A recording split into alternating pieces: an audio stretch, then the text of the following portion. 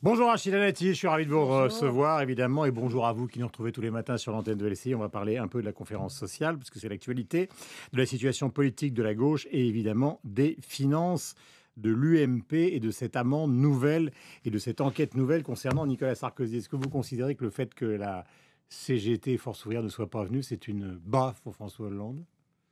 Ce sont les résultats économiques de la France qui sont une véritable baffe pour ce gouvernement. On est en 2 ans à la 3e conférence sociale.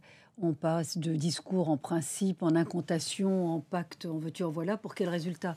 Explosion du chômage, aggravation d'ailleurs du chômage des jeunes, du chômage des seniors, explosion des déficits, de la fiscalité.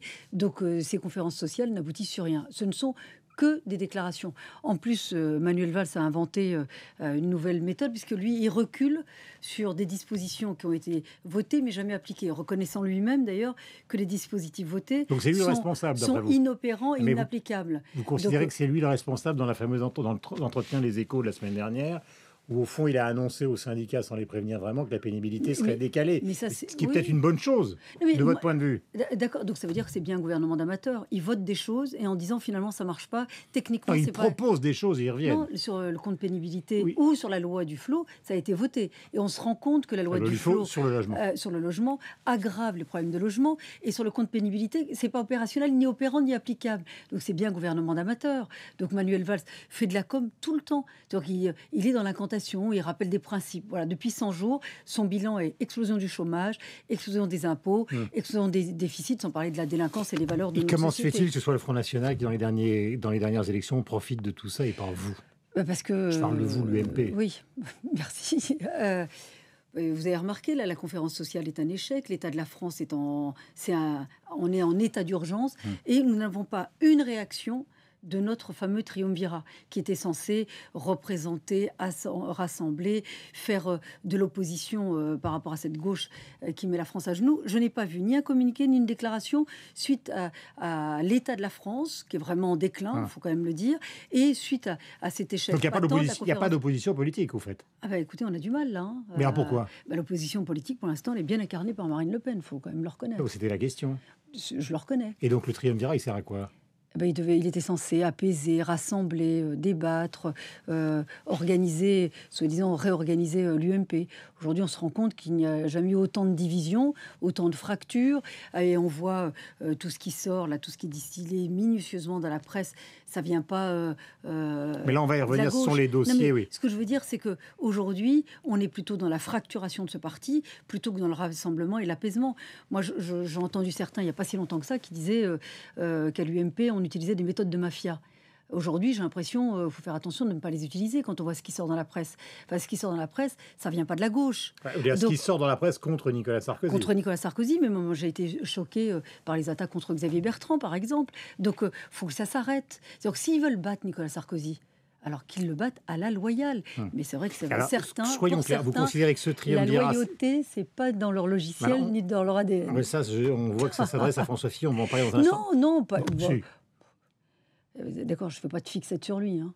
Heureusement. C'était quand même lui dont vous venez de parler. Mais non, mais la loyauté, vous dites, c'est pas dans son ADN. C'est qui ? Mais non, mais je dis, il faut battre les gens à la loyale. À la loyale. Ce que je constate aujourd'hui, c'est qu'on a des attaques en permanence contre Nicolas Sarkozy ou son entourage, ou même d'autres qui peuvent être candidats d'ailleurs à l'élection présidentielle de manière légitime. Vous voyez, que ce soit Xavier Bertrand ou autre, oui, je ne fais pas du tout de sectarisme de ce point de vue-là.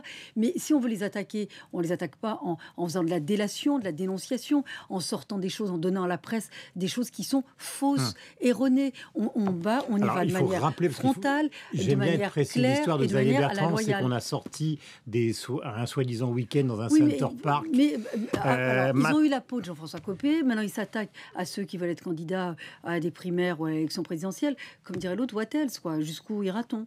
Mais qui est derrière ça ? Juppé ? Fillon ? Mais écoutez, moi je vois Parce que Raffarin, il a toujours été... Prenons le cas de Jean-Pierre Raffarin, il a toujours été assez équilibré entre tous les camps. Oui, moi, c'est un ami, on se parle et on s'est encore parlé Donc ce c'est week-end. pas lui qui... Même Luc Châtel, je trouve que Luc Châtel a pris d'ailleurs des dispositions courageuses en refusant que les entourages de François Fillon et de Alain Juppé assistent au compte-rendu de l'audit. Vous voyez la confiance, dans l'état de confiance dans lequel nous sommes. Hein. Donc la responsabilité, c'est en fait Juppé et Fillon qui sont en train sont d'organiser la autoproclamés direction. co-présidents. Voilà. Moi, je suis d'accord avec les propos de Christian Estrosi ou d'Henri Guénaud. On est quand même nombreux à déplorer le comportement de certains en haut. Les militants n'en peuvent plus. Vous savez, ce week-end, j'étais à la fête de la Violette pour rencontrer des militants et des sympathisants. On était près de 3000. Sarkozyste. Oui, mais même des gens Pas un qui... défaut, hein. Non, mais heureusement. Non, mais ce que je veux dire, c'est que... c'est pas pénal, hein, je vous rassure aussi. Hein, comme en ce moment, tout est pénal. Donc, c'est pas pénal non plus. Mais non, ce sont aussi... Il y avait des gens qui n'étaient pas forcément sarkozystes, mais qui étaient à droite et qui voulaient qu'on assume nos valeurs de droite. Par exemple, beaucoup sont exaspérés par notre volonté, enfin la volonté de certains, de voir s'allier au centre, qui, lui, n'a pas de ligne aujourd'hui. Donc, en disant, mais voilà, on va prendre les questions les uns après les autres parce qu'il y en a de nombreuses. D'abord, est-ce que vous considérez, pour l'avenir, de votre point de vue, qu'il faut que l'UMP, ça s'arrête ? C'est-à-dire que ça s'arrête en tant qu'UMP, comme le RPR s'est arrêté.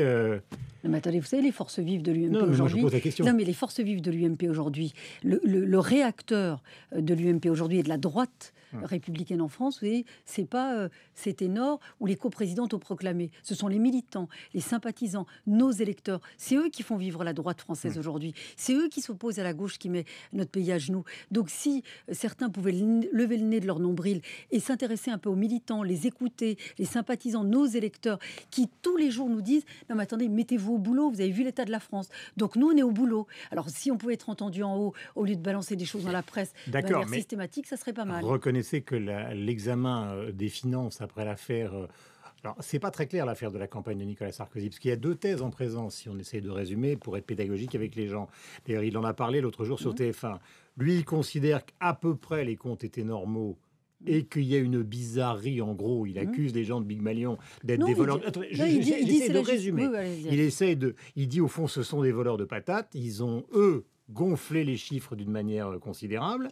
Et de l'autre côté... De la patate. Oui, non, mais ça me rappelle quelque chose à la télévision. Et de l'autre côté, vous avez une autre version, qui est celle qui est donnée par Lavrieux, qui dit c'est à cause de la campagne de Nicolas Sarkozy qu'on a été obligé de faire ça. Donc vous êtes bien d'accord, il y a deux versions qui ne sont pas du tout les mêmes. Et qui va trancher ? La justice. Voilà. Donc laissons la justice faire son boulot.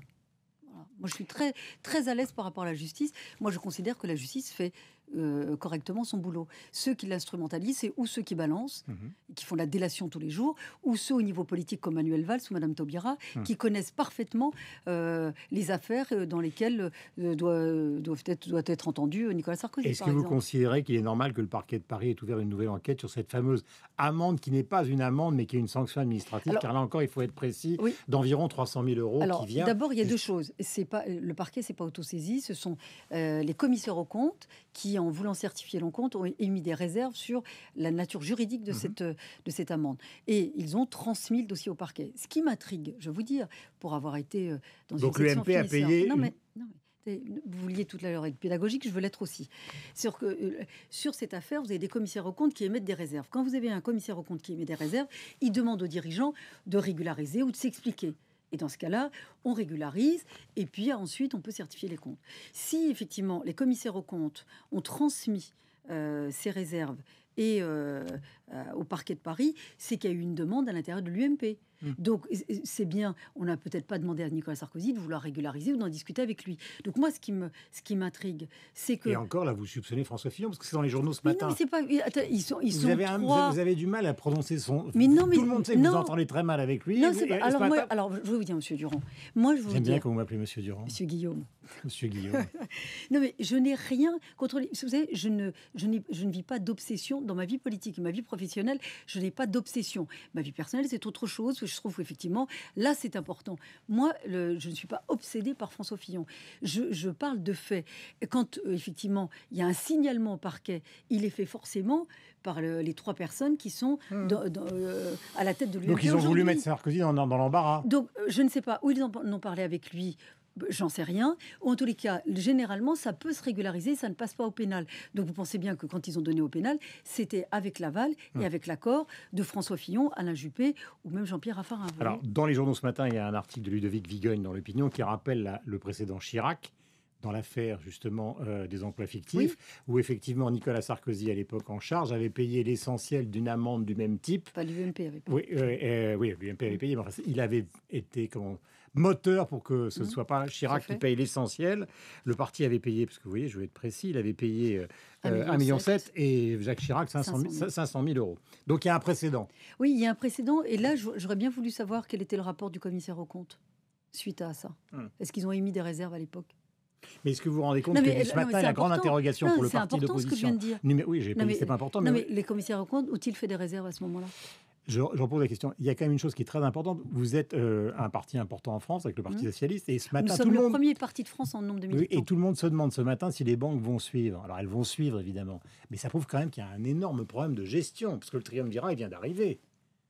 Oui, enfin, S'il y a 80 millions d'euros de déficit et si on se demande si les banques vont continuer à vous suivre... D'accord, mais ça date pas d'hier ou d'avant-hier. Ah, j'ai pas dit ça. Voilà, non, ça ne date pas d'hier ou d'avant-hier. Ça veut dire que la gestion est calamiteuse. Et puis, vous savez, à chaque fois que vous échouez dans une élection, vous perdez forcément des subsides et des subventions ou même des dons.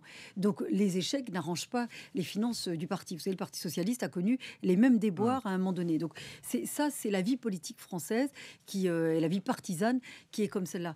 Moi, ce qui me gêne, c'est qu'à un moment donné, ceux qui dirigent aujourd'hui l'UMP n'apaisent pas, ne rassemblent pas et n'excluent pas. Enfin, aujourd'hui, tous décident dans un mini bureau politique, enfin un petit conclave, et ils décident et nous exécutons. Les militants ne veulent plus exécuter. On se fait engueuler tous les jours à juste titre. Donc ça serait bien qu'ils entendent les engueulades en haut. C'est ça qui m'exaspère. Dernière question, parce qu'elle est importante, c'est la question centrale sur le plan politique. Est-ce que vous voulez que Nicolas Sarkozy revienne à la présidence de l'UMP?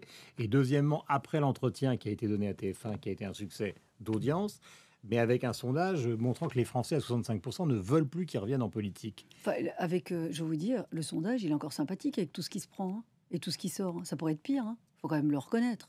Enfin, c'est tous les jours. Vous savez, quand j'étais magistrat, souvent pour éviter un problème de procédure, quand on ouvrait une information ou on écrivait un réquisitoire, on mettait article 1 du code pénal et suivant, pour bien englober tout. Nicolas Sarkozy, il est article 1 et suivant du code pénal à force. Parce qu'on a l'impression que toutes les qualifications pénales vont lui être attribuées d'ici 2017. Donc il faut être aussi clairvoyant.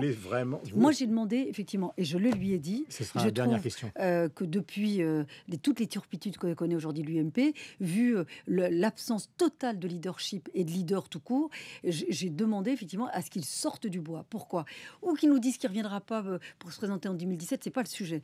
Au moins qu'il ressorte, qu'il nous donne sa vision, mais aussi qu'il puisse donner aussi ses explications. C'est important pour les militants, pour les sympathisants qui s'usent à militer, à expliquer. Donc le suspense ne peut plus durer, quoi. Bien sûr. Il faut qu'en septembre, la décision soit prise. Bien sûr. Mais vous êtes favorable au fait qu'il prenne la présidence de l'UMP? Moi, je suis favorable à ce qu'il revienne dans la vie politique. Je vous ai posé une question qui n'est pas la même. Non, mais c'est pas la même. Mais si c'est par l'UMP, il revient par l'UMP. Si c'est bien au-delà de l'UMP, il revient par au-delà de l'UMP. Il faut qu'il revienne. Voilà. En tous les cas, et encore une fois, ça ne veut pas dire un chèque en blanc, qui revienne, qui donne sa vision, son ambition pour la France, mais aussi pour l'UMP et pour la droite française. Il va revenir?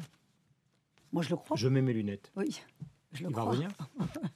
Merci beaucoup. Rachida Dati était notre invitée ce matin. Nous sommes sur Radio Classique et surtout, pas surtout, nous sommes également sur LCI. On va retrouver évidemment toute l'équipe, c'est-à-dire Magali et Christophe. Bonne journée à vous. Merci.